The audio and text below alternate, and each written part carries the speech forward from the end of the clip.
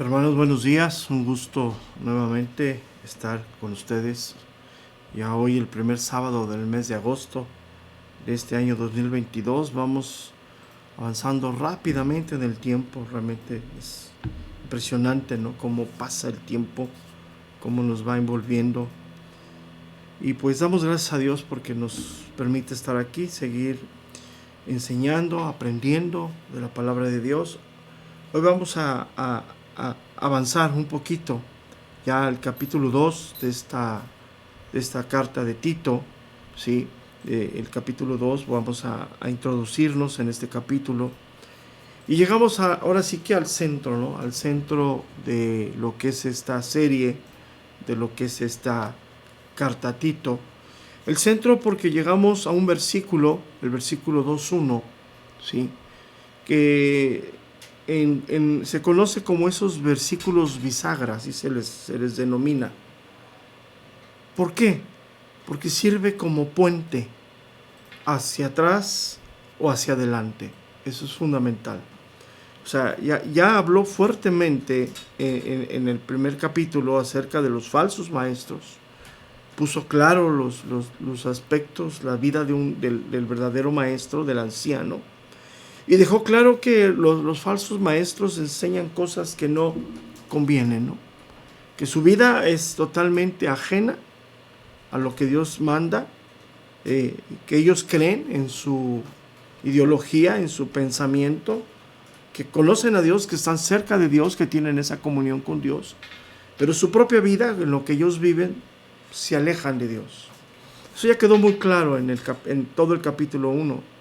Y hoy vamos a tratar de profundizar un poquito, ¿no? Porque son versículos muy amplios que nos dejan mucha enseñanza.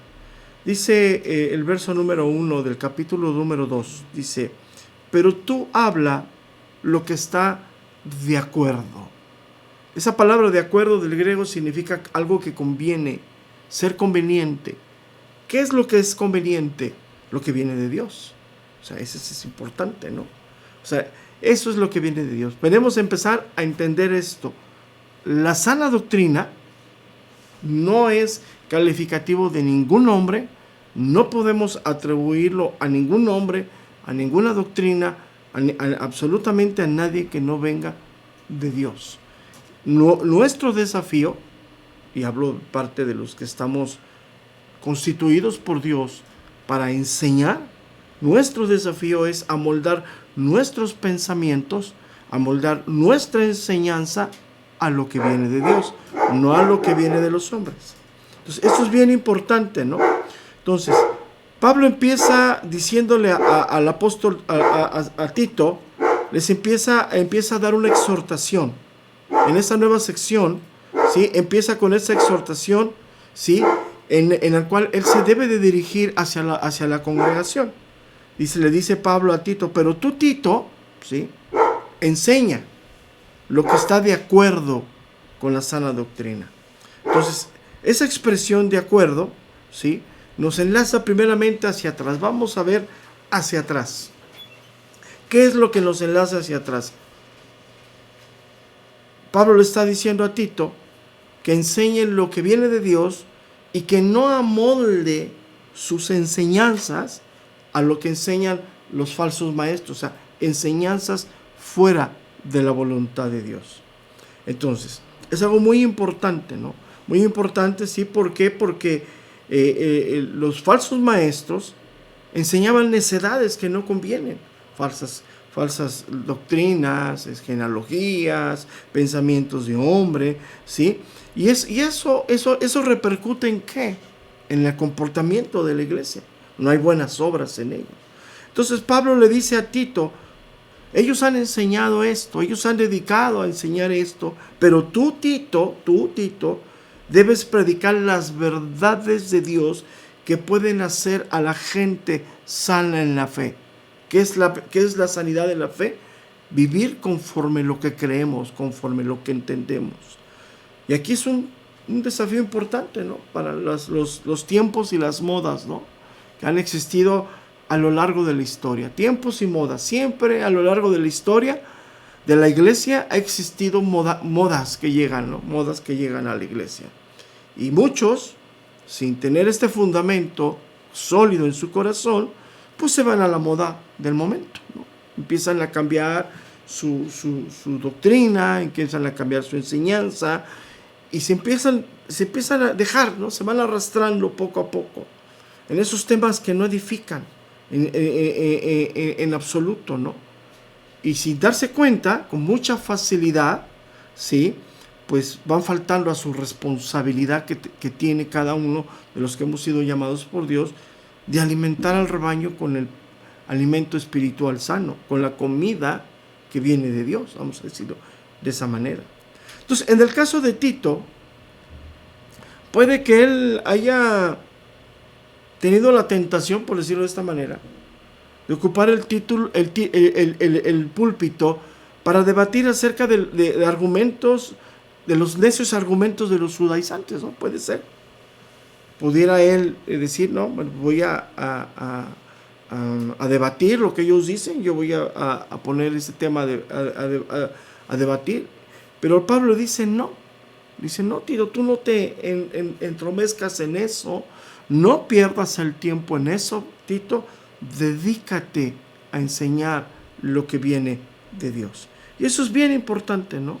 Bien importante, ¿sí? ¿Por qué? Porque lo que Dios nos ha puesto, y en esa oportunidad que tenemos cada semana, pues es de hablar lo que viene de Dios, lo que verdaderamente puede sanar al corazón de las personas, lo que verdaderamente puede transformar la vida de los oyentes o puede hacer nacer a los oyentes de nuevo, ¿no?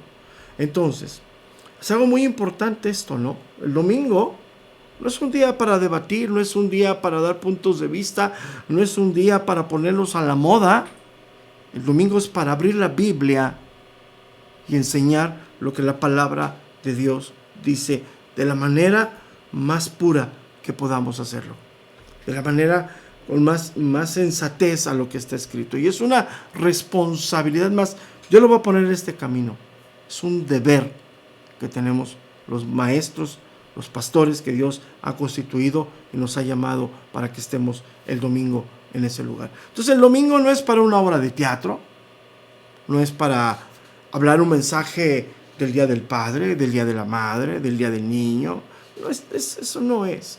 El domingo, que es esa oportunidad que viene de Dios, que es lo que Dios ha abierto en tiempo y espacio, es donde Dios nos convoca el primer día de la semana para sentarnos, para ser discipulados, para ser enseñados en aquellas verdades que vienen solamente de Dios, que son las únicas que pueden hacer nacer de nuevo a alguien o puede hacer que nuestra vida sea transformada por el poder del Evangelio. Para eso vamos el domingo. Más allá de la liturgia, que damos anuncios, que alabamos, que oramos, sí, pero el domingo está designado para eso. Entonces, podemos decir, sí, que la enseñanza que está de acuerdo con la sana doctrina se centra no solamente en lo teológico, sino en la enseñanza del comportamiento que debemos de tener conforme a lo que la teología o el mensaje viene de Dios. Por eso, si leemos con cuidado, a partir del verso número 2 y verso número 3 en adelante, empieza a hablar de ese comportamiento en los diferentes, vamos a ponerlo de esta manera, diferentes grupos que hay en la congregación. Vamos a ponerlo de esa manera. Y él empieza a hablar de eso. Entonces, una vez que el apóstol le ha dicho a Tito que reprenda duramente a la congregación por prestar atención a lo que no conviene, ahora debe de dedicarse a enseñar lo que es de acuerdo con la sana doctrina. Eso es lo elemental. Se reprende lo que no, sobre todo se reprende que ellos han prestado atención a cosas que no edifican.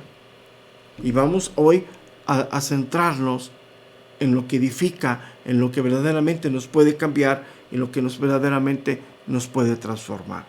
Y es algo esencial esto, ¿no? algo fundamental, ¿no? Todo el mundo quiere llegar a una congregación donde se enseñe la verdadera fe, o sea, que sea ortodoxa, que sea teológicamente correcta. Pero ¿para qué quieres llegar a ese lugar? ¿Para seguir viviendo igual? ¿O verdaderamente hay una añoranza en tu corazón que esa verdad que viene de Dios, que no viene de los hombres, transforme tu vida, cambie tu manera de pensar, cambie verdaderamente tu ser, que verdaderamente te renueve? Entonces, una de las cosas que podemos pensar es que este versículo que se conoce como bisagra tiene mucho que ver hacia atrás en el aspecto en que ya no hables, ya no toques lo que ellos enseñan, o sea, ya no discutas, ya no enfatices, ya no caigas en vanas discusiones, le está diciendo a Tito, sino dedícate, Tito, a lo que verdaderamente edifica a la iglesia, lo que verdaderamente hace que el comportamiento o el entendimiento de la iglesia sea establecido. Entonces, ¿qué es lo más importante aquí? Este versículo nos deja ver primeramente que hay cosas que ya fueron erradicadas, que ya fueron aclaradas, que ya se puso en claro el fundamento, y hoy hay que seguir adelante sobre lo que verdaderamente edifica nuestras vidas. Para eso, fíjate, vamos a poner las cosas claras. Le dice Pablo a Tito, pero tú habla lo que está de acuerdo con la sana doctrina, que los ancianos sean sobrios. O sea, ¿cuál es el punto o cuál es lo que consigue, lo que viene para que la doctrina sea sana? Que establecer ancianos, ¿sí? Establecer ancianos que enseñen a la iglesia a vivir una vida que honre a Dios. A partir del verso número 2 hasta el verso número 7 habla en este camino. ¿Sí? O sea, fíjate, ya había dejado claro que estos hombres estaban enseñando cosas que no convienen, cosas que distraen, cosas que apartan de la verdad, de la verdadera fe a la gente. Ya había dejado claro, y le dice Pablo a Tito, enseña lo que viene de Dios, pero ahora nombra ancianos, que ya había dado los requisitos de estos ancianos, ¿sí? Del verso número 2 ya había dado todos los requisitos en el capítulo anterior, para que ellos junto contigo, Tito le está diciendo, ¿sí? Empiecen a enseñar a la iglesia la verdadera vida que honra a Dios. ¿Qué quiere decir esto? Lo que viene de Dios, lo que verdaderamente es de Dios, que nos va a enseñar Dios a través de su palabra, que nos ha abierto la capacidad a ti y a mí para entender los mandamientos, hoy los apliquemos a nuestra vida. Para eso le dice Pablo a Tito, pon ancianos. Entonces, ¿qué quiere decir esto? La mala enseñanza no produce buen fruto, no produce buena vida de fe, no produce buena vida en la iglesia, pero la buena enseñanza sí. La buena enseñanza, ¿sí? hace ese efecto, ¿sí? Entonces, por eso las exhortaciones que Pablo le da a Tito, ¿sí? Sirven como esa parte de unir, ¿no? Une hacia atrás y une hacia adelante. Une hacia atrás para decirle, ya no hagas más eso, déjalo. Ya no te metas en eso, son vanas palabrerías. Ya no tiene ni caso hablar de eso. Ahora dedícate, Tito, junto con estos ancianos, que ya te di los requisitos con estos ancianos, a edificar la iglesia. ¿Cómo edificar la iglesia? Tomando las verdades de Dios que vienen del Evangelio y enseñándoselas a la iglesia para que las apliquen a su propia vida. Eso, amado hermanos, es la sana doctrina. La sana doctrina es lo que viene de Dios, que entendemos en su gracia, porque para eso nos habilitó, para eso nos hizo nacer de nuevo, para eso cambió la simiente de corrupción que había en nosotros, para que hoy lo apliquemos en nuestra propia vida. Eso es la sana doctrina. No mensajes y mensajes y mensajes, bien, pueden ser bien formulados, mensajes teológicamente correctos, pero lejanos de nuestro corazón. Eso no sirve de nada. Entonces, si podemos ver este versículo como ese camino, podemos pensar lo que viene hacia adelante y lo que verdaderamente el apóstol Pablo le está diciendo a Tito. Le está diciendo, mira Tito, tú te debes de distinguir entre lo que enseñan estos hombres, que lleva a la iglesia a la confusión, que lleva a la iglesia a las malas obras, y tú te debes de distinguir en tu enseñanza, que viene de Dios, que sirve para la edificación, y que va a llevar a la iglesia a la vida santa, a los buenos frutos, a la vida de piedad. Eso es lo que le está diciendo Pablo a Tito. Entonces aquí ya empezamos a entender muchas cosas, ¿no? ¿Cuál es el verdadero evangelio? ¿Cuál es la verdadera doctrina? ¿Cuál es la sana doctrina? La que edifica, la que cambia, la que transforma, que desde el púlpito te hacen reflexionar tu manera de vida.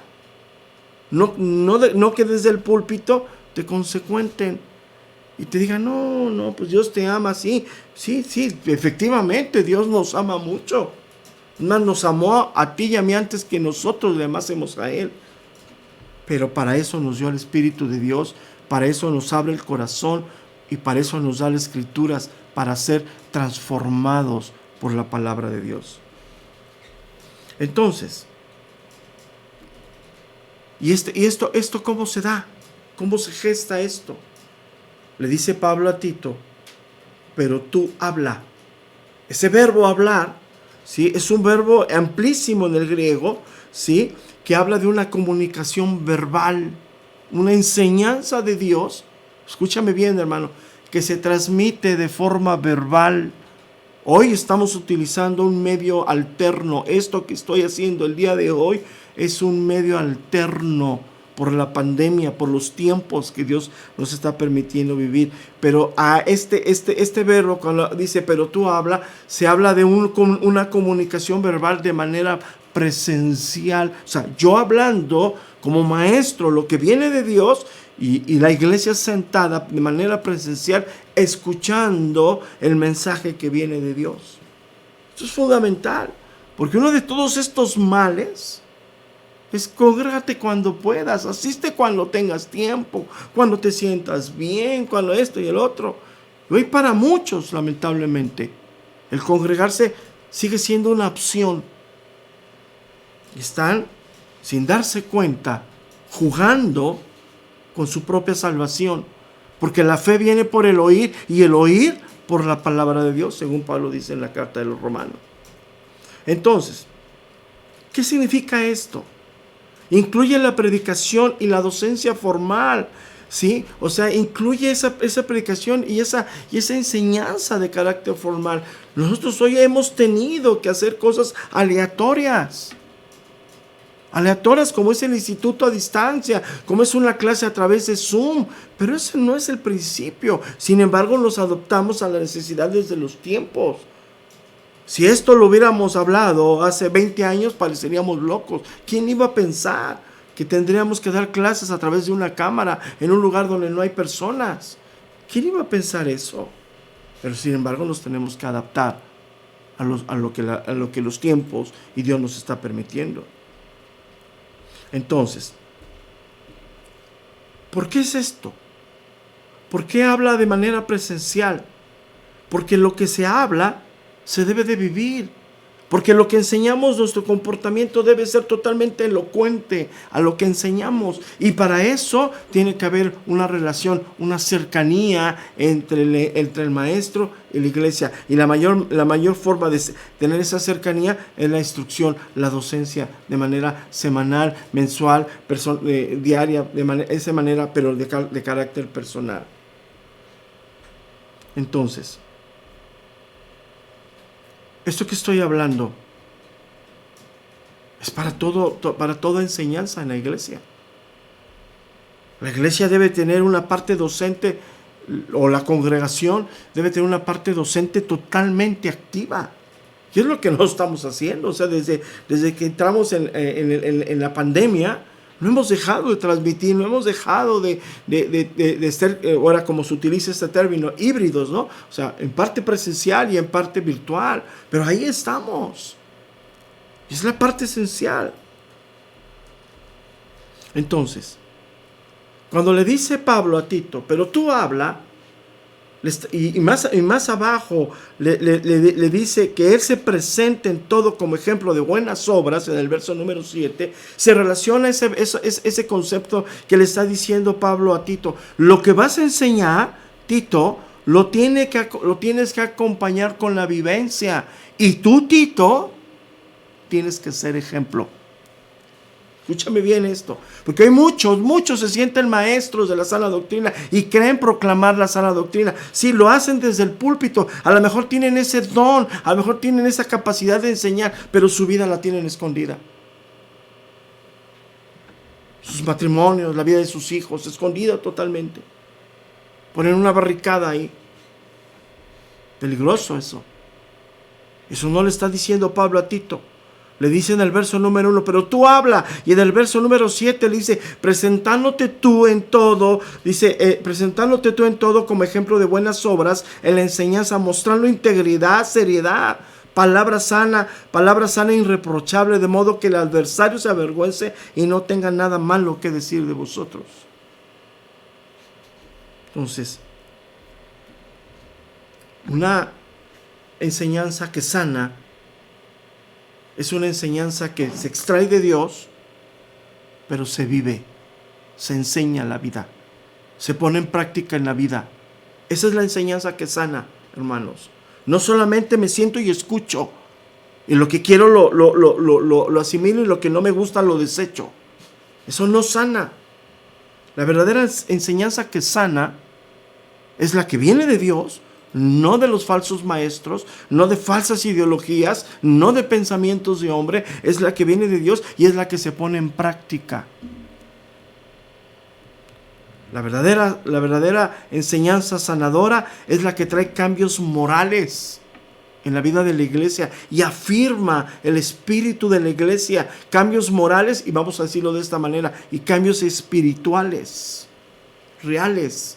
Conocimiento de Dios, experiencias reales con Dios, experiencias que nos transforman, experiencias que nos cambian, experiencias que nos edifican, experiencias que nos afirman con Dios. No es que tuve una experiencia, tuve un éxtasis con Dios y sales y sigues igual. Entonces, ¿con quién fue el éxtasis que tuviste? ¿Qué es lo de nuevo ahora? Van a las congregaciones a tener un éxtasis con Dios. ¿Y eso qué? Entonces, la enseñanza ética que Tito tiene que hablar debe de estar de acuerdo con la sana doctrina. Ese es el punto. ¿Y cuál es la sana doctrina? Es decir, con la revelación de Dios en el Evangelio. O sea, lo que Dios habla aquí, por eso lo hemos citado múltiples veces en la carta de Santiago, en la epístola de Santiago.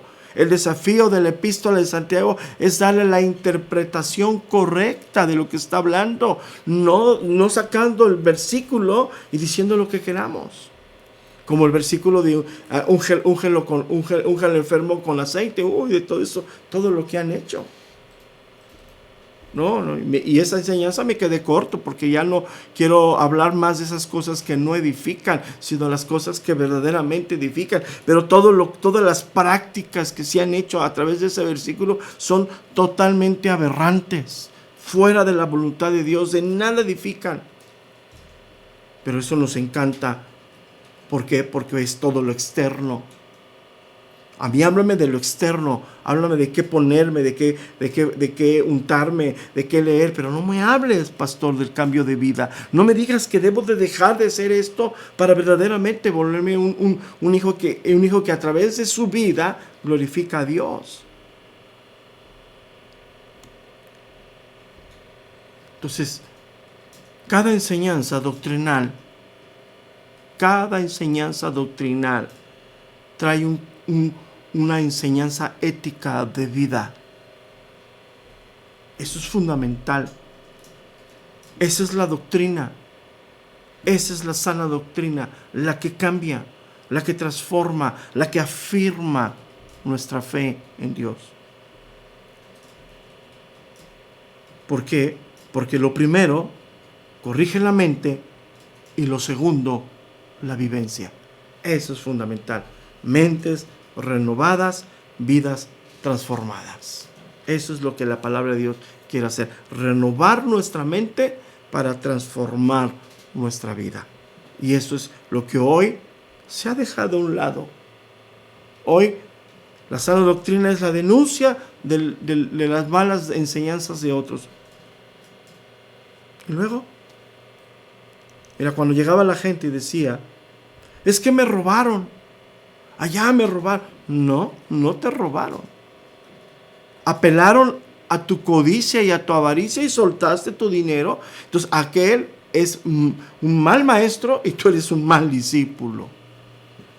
Cuando hablábamos de eso, había enojo y molestia, porque era muy fácil decir que otros son malos, que otros han enseñado cosas incorrectas, que otros, y nosotros somos unas santas ovejitas inocentes.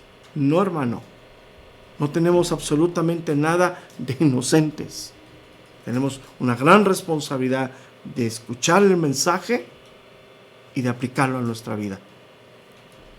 Entonces, no solamente es ser ortodoxo con la doctrina, sino que también debemos de ser sanos en nuestra manera de vida. Escucha bien esto, hermano. No solamente tenemos que ser ortodoxos, o sea, sacarlo de aquí, sino que tenemos que ser sanos en nuestra manera de vida. No solamente voy a extraer para que tú aprendas, no, lo voy a extraer para aprender yo primero, para aplicarlo a mi vida y poder ser un buen maestro para ti. Es lo que le está diciendo Pablo a Tito. Vas a hablar, Tito, ya deja de hablar lo que ellos hablan, ya deja de rebatir con ellos. Habla lo que conviene, lo que va de acuerdo a la sana doctrina, la vivencia de la iglesia. Todos los que están en esas doctrinas erróneas, su mente está igual de corrupta, son corrompidos por eso, su conciencia igual, y por consecuencia, toda su manera de vida. Pero en cambio, la sana doctrina debe extender a todas las áreas de nuestro ser y producir vidas puras y santas para Dios. Entonces, no solamente por leer la Biblia, así de manera directa, porque si la leo va a decir que ortodoxo soy, ¿no? Pues claro, estoy leyendo la Biblia. O sea, no solamente por leer la Biblia de esa manera, sino leerla, meditarla, entenderla y aplicarla a nuestra propia vida. Eso es lo importante. Un segundito porque se me fue mi estudio, no sé por qué.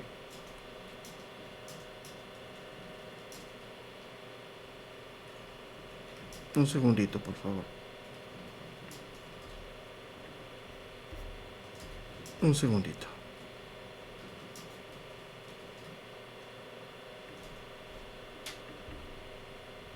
¿Ok? Algo le pasó. Se enojó, yo creo que mi máquina, y me quitó todo eso. Pero ya apareció. Entonces, la sana doctrina no solamente es tomar la Biblia como fundamento, es lo principal, pero de ahí viene el razonamiento, el entendimiento y la asimilación a nuestra propia vida. Eso, amados hermanos en Cristo, es la sana doctrina. Y esa sana doctrina solamente viene de Dios. La sana doctrina cambia nuestra manera de vida. Cambia, escúchame bien lo que le voy a decir. La sana doctrina aún cambia nuestra manera de ver y entender a Dios, porque nos vamos renovando. Dios mismo se encarga a través de la palabra de derribar nuestros conceptos de quién es Él, de nuestras falsas maneras de ver y entender a Dios. Él mismo se encarga de eso. Él mismo se redarguye en nuestro corazón de esos malos entendimientos de las cosas. Entonces, verso número 1 dice Pablo a Tito, pero tú habla lo que está de acuerdo, Tito, lo que conviene con la sana doctrina. Y para eso, dice el verso número 2, que los ancianos sean sobrios. Vamos hoy solamente a ver qué significa que los ancianos. ¿Por qué Pablo empieza a hablar de los ancianos? Está hablando de hombres, se entiende, hombres maduros, varones maduros, varones de una edad importante, ¿no? ¿Por qué? ¿Sí? ¿Por qué se dirige a ellos, ¿sí? El apóstol Pablo en este camino, ¿sí? Y algo bien importante, ¿no? ¿Cómo hoy vemos la vida? ¿Cómo hoy nuestra sociedad se rige? La Biblia tiene dos formas de regir la sociedad: ancianos y jóvenes. Ancianos y jóvenes. Jóvenes podemos determinar bíblicamente que son, no está hablando de niños, está hablando de personas, vamos a ponerlo nosotros en ese entendimiento de la adolescencia, aproximadamente o hasta los 40 años de edad. En ese camino, la Biblia los divide como jóvenes. De los 40 años en adelante, más o menos, la Biblia los divide ya como ancianos. Entonces, para eso tenemos que nosotros voltear hacia la que la Escritura está diciendo, no bajo los conceptos que hoy se manejan. Hoy, desafortunadamente, ¿sí?, se manejan tres conceptos diferentes. Se manejan los jóvenes y se dividen en dos partes, ¿no? Dos bloques de jóvenes. No quisiera hablar de edades porque normalmente lo dividen así.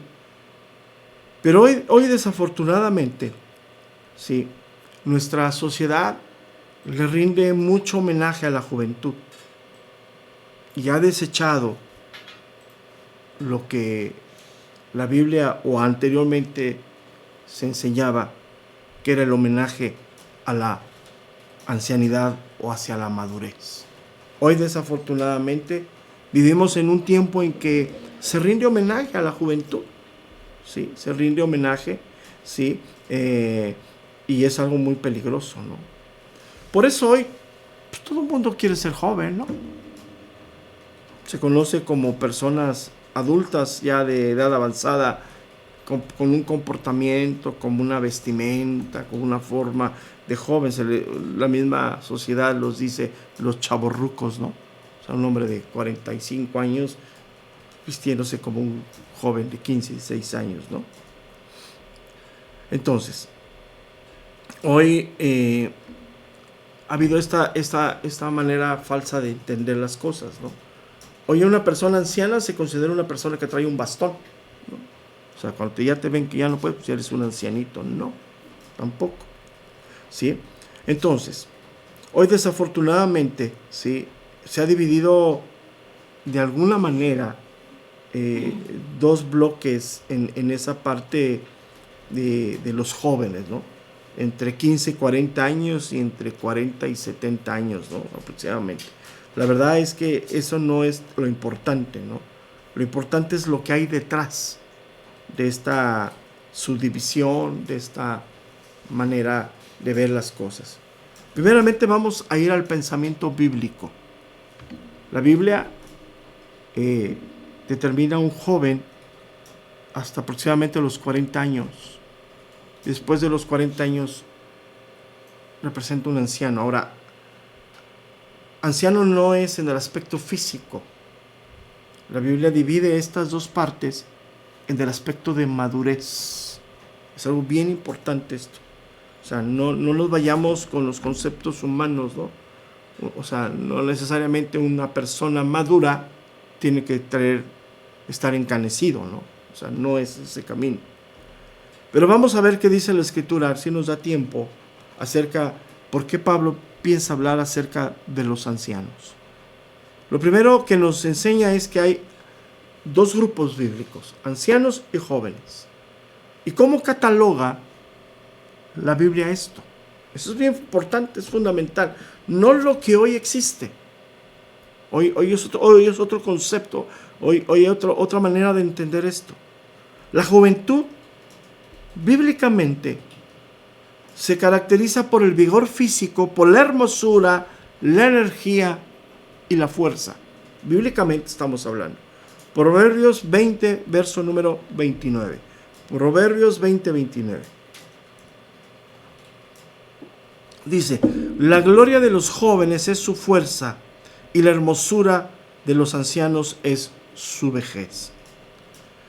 Entonces, la juventud se reconoce como una etapa hermosa de la vida, pero también se caracteriza por la inmadurez, por la falta de sensatez y por la falta de experiencia. El rey David, uno de los hombres con mayor sabiduría, él sabía que él no iba a poder construir el templo, él no lo iba a poder hacer, pero sin embargo sabía que esa tarea le iba a ser encomendada a su hijo, pero aún sabía que su hijo en su juventud no iba a tener la capacidad de hacerlo. Y él, antes de morir, empieza ese proyecto de la construcción del templo. Primer libro de Crónicas, capítulo 22, verso número 51. Crónicas 22, 51. Primero de Crónicas 22, 51. Y dijo David: Salomón mi hijo es muchacho y de tierna edad, y la casa que se ha de edificar a Jehová ha de ser magnífica por excelencia, por renombre y honra en todas las tierras. Y ahora pues yo le prepararé lo necesario. Y David antes de su muerte hizo preparativos en gran abundancia. Es impresionante, ¿no?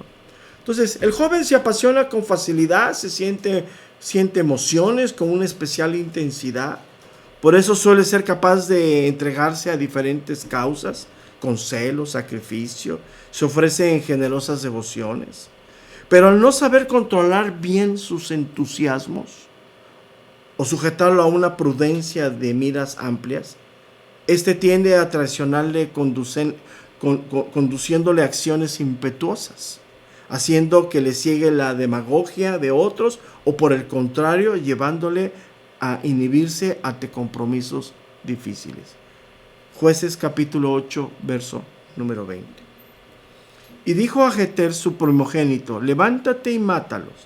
Pero el joven no desenvainó su espada porque tenía temor, pues era aún un muchacho. Entonces, otro ejemplo bien fuerte. ¿Qué sucedió con los consejeros jóvenes que tuvo el rey, los consejeros jóvenes de Roab, que le fueron a tomar, que le dijeron que hiciera esas medidas? ¿Causaron qué? Pues causaron un conflicto en el reino. Causaron un verdadero conflicto en el reino. Eso lo podemos leer en Primera de Reyes 12:8. Voy a leer algunos versículos solamente. Primera de Reyes capítulo 12, verso número 8. Pero él dejó el consejo que los ancianos le habían dado y pidió consejo de los jóvenes que se habían criado con él y estaban delante de él, y les dijo: ¿cómo aconsejáis vosotros que respondamos a este pueblo y que me ha hablado diciendo: disminuye algo del yugo que tu padre puso sobre nosotros? Entonces los jóvenes que se habían criado con él le respondieron diciendo: así hablarás a este pueblo que te ha dicho estas palabras. Tu padre grabó vuestro yugo, mas tú disminuyemos algo. Así les hablarás: el menor dedo del mío es más grueso que el lomo de mi padre. Ahora pues, mi padre os cargó de pesado yugo, mas yo añadiré a vuestro yugo. Mi padre os castigó con azotes, mas yo castigaré con escorpiones. Al tercer día vino Jeroboam con todo el pueblo a Roboam, según el rey lo había mandado, diciendo: vuelve a mí al tercer día. Y el rey respondió al pueblo duramente, dejando el consejo que los ancianos le habían dado. Y les habló conforme al consejo de los jóvenes, diciendo: mi padre agravó vuestro yugo, pero yo añadiré a vuestro yugo. Mi padre os castigó con azotes, mas yo castigaré con escorpiones. Y no oyó el rey al pueblo, porque era designio de Jehová para confirmar la palabra que Jehová había hablado por medio de Ahías, Silonias, a Jeroboam, hijo de Nabat. Cuando todo el pueblo vio que el rey no les había oído, le respondió estas palabras diciendo: ¿qué parte tenemos nosotros con David? ¿No tenemos heredad en el hijo de Isaí? Israel, a tus tiendas, provee ahora en tu casa. David entonces Israel se fue, dice, a sus tiendas. ¿Qué nos enseña esta historia? Los jóvenes tienen ímpetu, fuerza, pero no tienen sabiduría. La sabiduría bíblicamente viene por la experiencia de la vida. La sabiduría viene por el conocimiento de Dios. Y es algo bien importante, bien importante. Entonces, ¿a dónde quiero llegar? A este punto. ¿Por qué Pablo le dice a Tito que los ancianos? ¿Por qué habla de los ancianos? ¿Sí? Porque los ancianos representan esa madurez, representan esa fuerza, esa sabiduría que se requiere para asuntos importantes. Y un asunto importante es que la iglesia viva conforme a la voluntad de Dios. Entonces, hoy desafortunadamente se le da más énfasis a la juventud y se desecha el consejo de las personas con experiencia, con madurez. Hoy muy lamentablemente hay muchos jóvenes en la iglesia que no saben pedir un consejo, que menosprecian el consejo que puede venir de personas dentro del cuerpo de Cristo con madurez, con experiencia para sus vidas. Hoy desafortunadamente es algo que hoy estamos viviendo a diferentes niveles. Falta el ir a pedir un consejo sabio a personas que tienen el conocimiento, la madurez para poder expresar ese consejo. La prudencia, la sensatez se va ganando a través de los años, a través de las experiencias. Por eso la Biblia, ¿sí?, honra a las personas adultas. Levítico capítulo 19, verso número 32.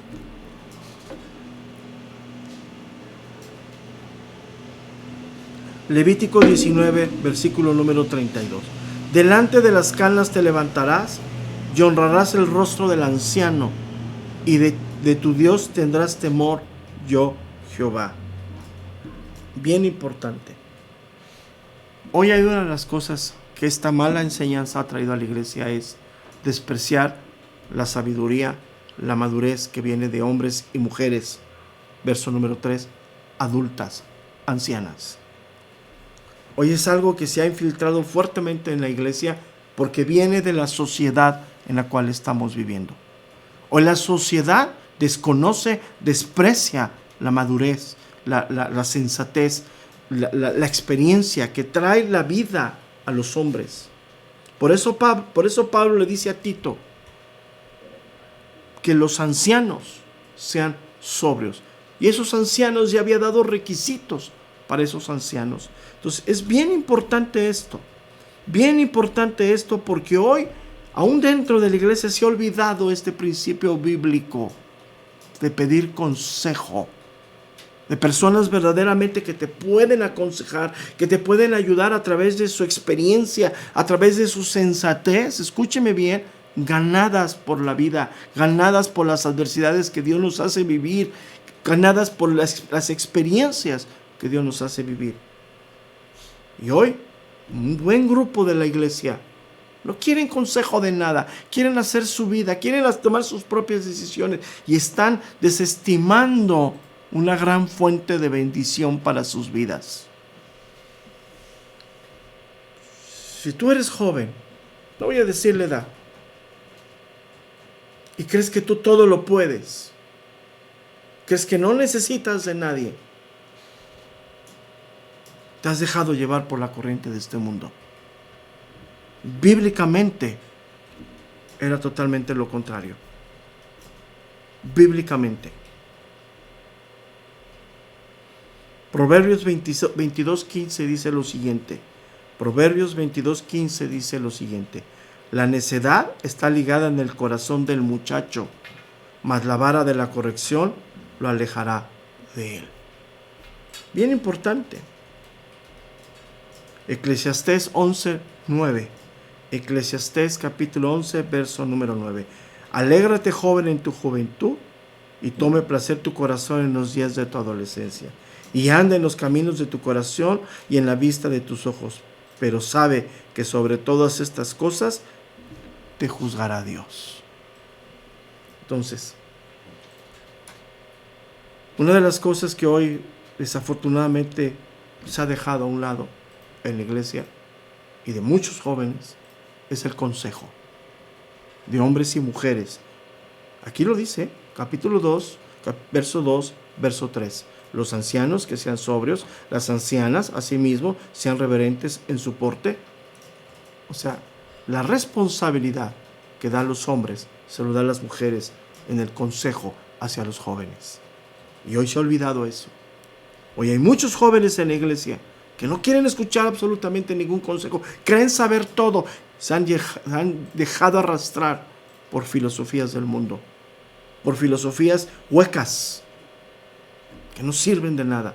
Tú tienes una fuente en la iglesia de hombres y mujeres que te pueden ayudar, que te pueden aconsejar, que te pueden fortalecer a través de su testimonio, a través de sus vivencias. Pero hoy eso se ha olvidado grandemente.